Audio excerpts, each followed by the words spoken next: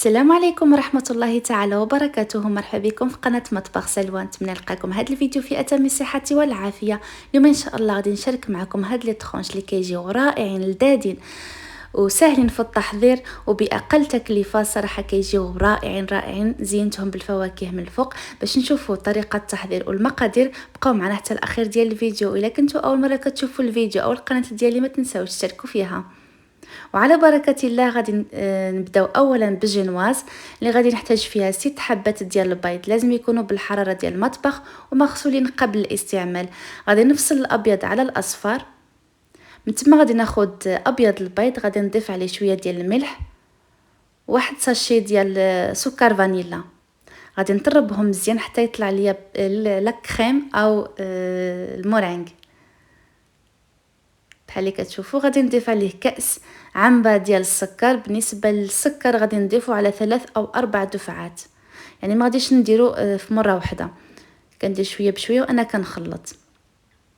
من تما غادي ندير اصفر البيض بعد ما تاكدت انه السكر داب ليا تماما.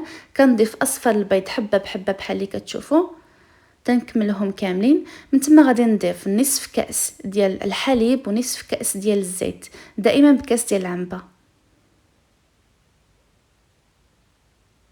من تما غادي ندير قشور تاع حبه تاع حامض او ليمون. وبالنسبه للدقيق لازم يكون مغربل قبل الاستعمال. هنايا خدا ليا تقريبا 3 كؤوس ديال الدقيق مع واحد الزه حمراء. هنايا كنخلط غير بالملعقه. كنزيد الكاس الثالث كنخلط مزيان.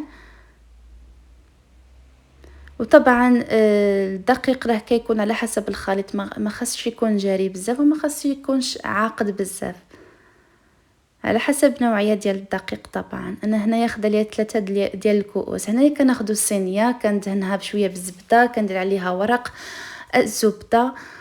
وبالنسبه للفرن لازم يكون سخون من قبل على درجه 120، يعني خليتهم يطيبوا على خاطرهم، ما كياخذوش بزاف ديال الوقت، تقريبا 10 حتى 15 دقيقه وكيطيبوا. هنايا بعد ما درت في الصينيه اللي صغيره شويه. طبعا تقدروا الا عندكم فرن كبير تقدروا ديروه في صينيه كبيره او تقسموهم بحال اللي درت انا. كنحاول نوزع هذا الخليط على كل الجوانب.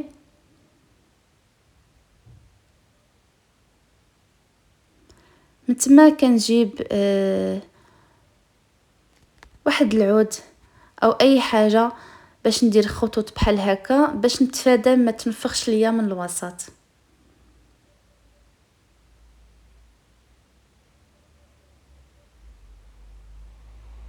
وغادي ندخلهم للفرن يطيبوا. من تما غادي نوجدوا هاد السيرو اللي غادي نسقي به الجنواز. درت كاس ديال الماء، الكاس ديال السكر، 2 اوراق تاع النعناع وشويه ديال الحامض. غادي نديرهم على النار حتى يغلاو مزيان. بالنسبه للكريم هنايا خديت 2 علب ديال كريم شونتيي مع 2 كؤوس ديال الحليب يكون بارد. حتى كريم شونتيي انا دخلتها المجمد. هنايا غادي نضيف كريم تشيز او اي جبن عندكم كتفضلوه، او تكتفيو فقط بالكريم ديال شونتيي فقط. انا درت هنايا العلبه كامله ديال الجبن. غادي نضيف 2 كؤوس ديال الحليب اللي فيه الثلج بحال اللي كتشوفوا. هادشي كامل خص يكون بارد. غادي نخلط مزيان حتى تطلع ليا الكريمه.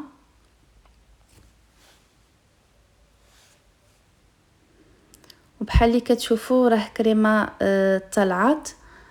انا غادي نخليها في الثلاجه. الا كان الجو سخون من احسن نديروها في الثلاجه، او الا كان الجو معتدل خليوها غير هكاك. هنايا غادي ناخذ شويه ديال اناناس اللي كيكون اختياري، غادي نديرو في الحشوه لداخل مع الكريمه، او تضيفوا اي فاكهه نتوما كتحبوها او تخليوها غير هكاك، يعني ديروا غير الكريمه فقط بحال اللي كتشوفوا قطعته الصغير.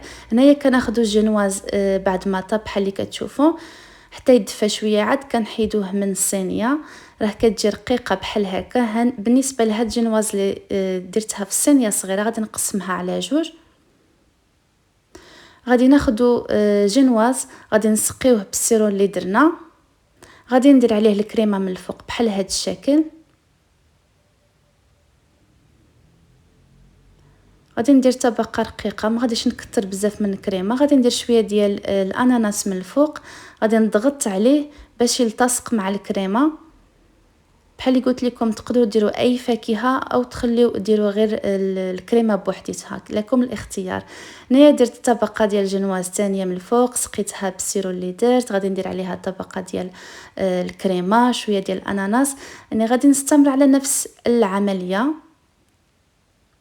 درت هنايا 3 ديال الطبقات تاع الجنواز و3 ديال الكريمه، واخر طبقه غادي نسقيها تاني وغادي ندير عليها الكريمه من الفوق. غادي نعدل ليها الوجه مزيان،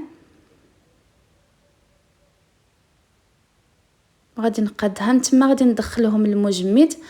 انا غادي نخليه بحال اللي كتشوفوا راه عدلتهم بجوج، غادي نخليه ليله كامله في المجمد او على الاقل 3 ساعات في المجمد باش تشد مزيان. هنايا عندي الفواكه وعندي ناباج او ملمع ديال الحلويات بعد ما سخنته شويه. وبالنسبه للفواكه راه غادي تستعملوا اللي عندكم متوفر. هنايا بحال اللي كتشوفوا راه مازال مجمده، كنقطعها وكنمسح الموس باش ما يبقاش فيها الزوائد ديال الجنواز او الكريمه. هنايا الا كانت هاد الجنواز والكريمه شادين في راسها يعني مجمدين، راه كتسهل عليكم باش تقطعوها بحال اللي كتشوفوا. هنايا كنقطعهم، انا قطعتهم هنايا على شكل مربعات. طبعا كيبقى لكم الشكل، كيبقى لكم اختيار، تقدروا تقطعوهم على شكل مستطيل او مربع او اي شكل نتوما بغيتو. هنايا كندير ناباج من الفوق او ملمع الحلويات بحال اللي كتشوفوا. من تما كنزينهم بالفواكه اللي عندنا. هنايا كنديرهم في هاد الكويختات ديال المادلين وكنزينهم من الفوق. هنايا درت الكيوي، درت البرقوق ودرت الخوخ. طبعا كيبقى لكم الاختيار، تقدروا تزينوا حتى بالليمون او الحامض، لكم الاختيار. كندهن هاد الفواكه من الفوق بالناباج باش يبقاو على الشكل ديالهم وعلى اللون ديالهم.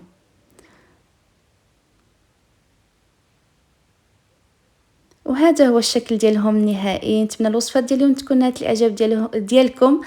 نتلاقاو ان شاء الله في الفيديوهات المقبله. كالعاده ما تنساوش تشتركوا في القناه الا كنتوا اول مره كتشوفوا القناه ديالي، والضغط على زر الجرس ليصلكم كل جديد. ما تنساوش ديروا جيم او اعجاب الفيديو طبعا الى عجبكم. دمتم في حفظ الله ورعايته.